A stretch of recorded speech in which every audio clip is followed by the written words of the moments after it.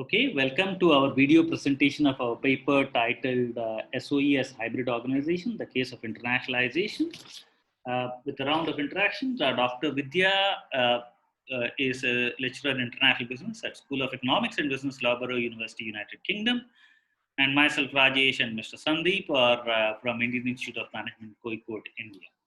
So, a very brief background of the paper. We have started the work on governance of Indian firms which are internationalizing way back about 5 years ago. And what we have also observed is that SOE internationalization is also on the rise. 16 out of the world's largest firms are SOEs. But most of these studies in the external literature have taken a very binary view of state-owned enterprises. So fundamentally examining them as either state-owned or not state-owned. However, consequently, due to globalization, privatization, and liberalization, we have more flexible hybrid forms where state-owned enterprises have very hybrid ownership with government as one of the owners, whereas other owners being institutional investors and family ownership. And these ownership groups differ primarily in their objectives and goals. Primarily government being not in terms of a profit maximizer, but a welfare maximizer, whereas the institutional investors looking at profit maximization. However, there will be a difference between foreign institutional investors in their objectives versus domestic institutional investors in their objectives because of the type of information availability they would have for internationalization as a venture.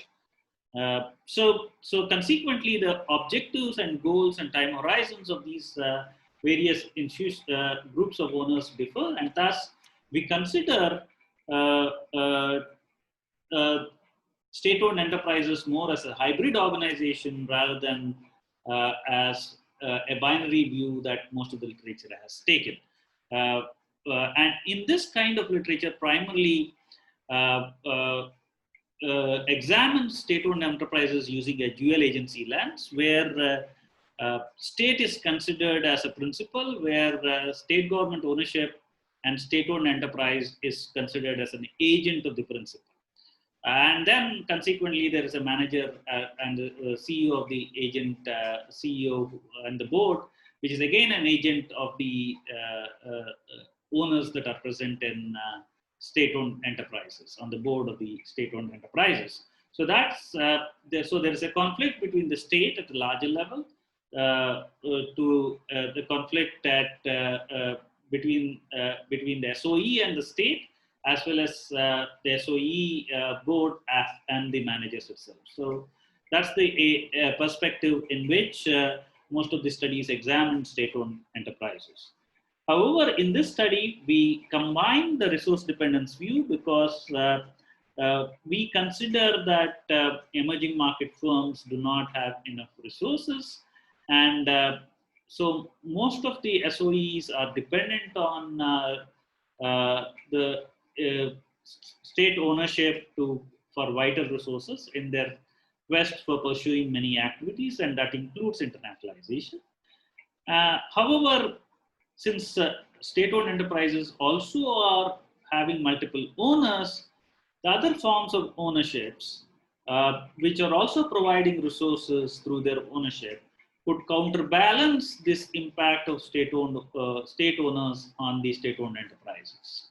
So in this, we examine the hypothesis primarily emanating from a dual agency perspective, where we say that the greater the share of state ownership in SOEs, it is negatively associated with international investments. And that's primarily because SOEs become dependent on state and consequently, because of the objectives of the state is not in terms of internationalization and profit maximization, they are in terms of welfare maximization. So states do not allow SOEs to invest resources in internationalization. Apart from that, they also have a limited risk-taking capacity and limited resources for internationalization itself. Consequently, we hypothesize that share of state ownership in SOEs is negatively associated with international investments. However, we look at how does institutional investors, through its resource investments, modify this behavior of state-owned enterprises. So one of the institutional investors is the foreign institutional investors. Foreign institutional investors have an objective to maximize their profits, and consequently, because of their objective in maximizing their profits, they are obviously not in goal conflict with the state ownership, which has an objective to do welfare maximization. Hence, they would not like to deploy their resources and invest more in companies where there is greater state ownership. Consequently, FII ownership in SOEs negatively moderates the relationship between state ownership and international investments. In the case of domestic institutional investors, the domestic institutional investors have a relationship already with the state governments, and state governments also have ownership in these domestic institutional investors. And so whatever decisions that state is taking, domestic institutional investors primarily is looking at supporting these decisions and trying to deploy the resources on whatever decisions that the government is taking. And consequently, even if the state ownership is promoting international investments, the domestic institutional investors also support the resource deployment of SOEs in international investments. So DIA ownership in SOEs positively moderate the relation between state ownership and international investments. So the data that we have is Indian sample, 85 unique Indian firms during 2006-2017 time period with 1009 data points. The variables are log of annual foreign investments. Ownership variables are taken as percentages. We have control for the board related variables, and we also have other controls such as total assets, advertising intensity, R&D intensity, debt to equity, exports, liquidity ratio, age, etc. So what we find is state ownership is greater the state ownership, less the internationalization. You can see from the model 4. And we also find a negative relationship of FIIs on the state ownership to internationalization, and the positive relationship of the positive moderating relationship of domestic institutional investors on state ownership and internationalization. So, so one of the primary arguments and contributions of this study is we are arguing that the resources, consequently because of the ownership, will either positively impact SOEs in its quest of internationalization or negatively impact in its quest for internationalization.